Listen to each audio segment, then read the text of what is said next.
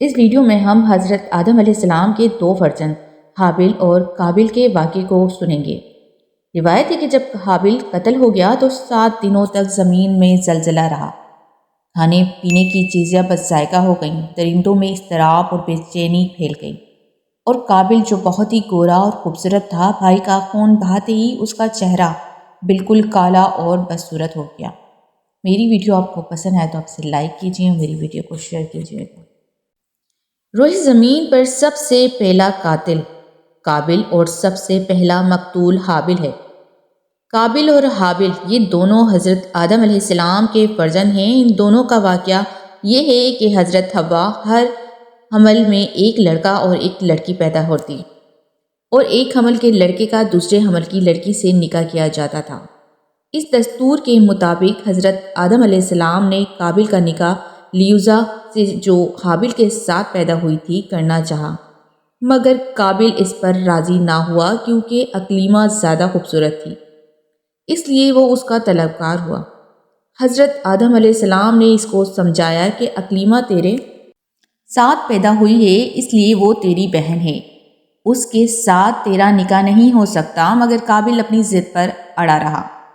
بالآخر حضرت آدم علیہ السلام نے یہ حکم دیا کہ تم دونوں اپنی اپنی قربانیاں خداوند قدوس کے دربار میں پیش کرو، جس کی قربانی مقبول ہو گئی وہی اقلیمہ کا حقدار ہوگا۔ اس زمین میں قربانی کے مقبولیت کی یہ نشانی تھی کہ آسمان سے ایک آگ کا گولا اتر کر اس کو کھا لیا کرتا تھا۔ چنانچہ قابل نے گیہوں کی کچھ بال اور حابل نے ایک بکری قربانی کے لیے پیش کی۔ آسمانی آگ نے حابل کی قربانی کو کھا لیا اور قابل کے گیہوں کو چھوڑ دیا۔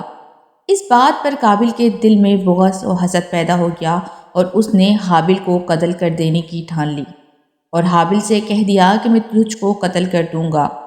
حابل نے کہا کہ قربانی قبول کرنا اللہ تعالیٰ کا کام ہے اور وہ متقی بندوں ہی کی قربانی قبول کرتا ہے۔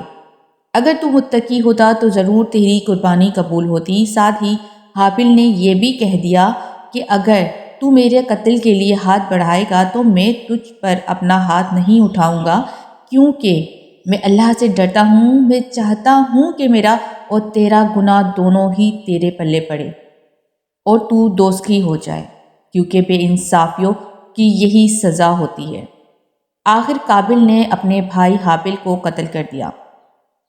بوقت قتل حابل کی عمر 20 برس کی تھی، اور قتل کا یہ حادثہ مکہ مکرمہ میں جبل سور کے پاس یا جبل ہیرا کی کھائی میں پیدا ہوا۔ بعض کا قول ہے کہ بصرہ میں جس جگہ مسجد عظیم بنی ہے، منگل کے دن یہ ثانیہ وہاں ہوا۔ جب قابل نے حابل کو قتل کر دیا تو چونکہ اس سے پہلے کوئی آدمی مرا ہی نہیں تھا، اس لیے قابل حیران تھا کہ بھائی کی لاش کو کیا کروں۔ چنانچہ کئی دنوں تک وہ لاش کو اپنی پیٹھ پر لاد کر پھرا۔ اس نے دیکھا کہ 2 کوے آپس میں لڑ رہے ہیں اور ایک نے دوسرے کو مار ڈالا۔ پھر زندہ کوے نے اپنی چونچ اپنے پنجوں سے زمین کو کرید کر ایک گڑھا کھودا اور اس میں مرے ہوئے کوے کو ڈال کر مٹی سے دبا دیا۔ یہ منظر دیکھ کر قابل کو معلوم ہوا کہ مردے کی لاش کو زمین میں دفن کرنا چاہیے۔ چنانچہ اس نے زمین کھود کر اپنے بھائی کی لاش کو دفنا دیا۔ روایت ہے کہ جب حابل قتل ہو گئے تو 7 دنوں تک زمین میں زلزلہ رہا۔ کھانے پینے کی اشیاء بس ذائقہ ہو گئیں اور درندوں میں اضطراب اور بے چینی سی پھیل گئی۔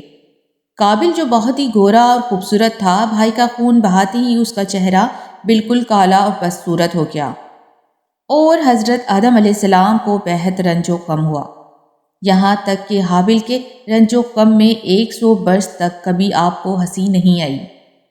حضرت آدم علیہ السلام نے شدید غضبناک ہو کر قابل کو پھٹکار کر اپنے دربار سے نکال دیا، اور وہ بدنصیب اقلیمہ کو ساتھ لے کر یمن کی سرزمین عدن میں چلا گیا۔ وہاں ابلیس اس کے پاس آ کر کہنے لگا کہ حابل کی قربانی آگ نے اس لیے کھا لی کہ وہ آگ کی پوجا کیا کرتا تھا، لہٰذا تو بھی ایک آگ کا مندر بنا کر آگ کی پرستش کیا کر۔ چنانچہ قابل پہلا وہ شخص ہے جس نے آگ کی عبادت کی، اور یہ روح زمین پر پہلا شخص ہے جس نے اللہ تعالیٰ کی نافرمانی کی اور سب سے پہلے زمین پر خون ناحق کیا۔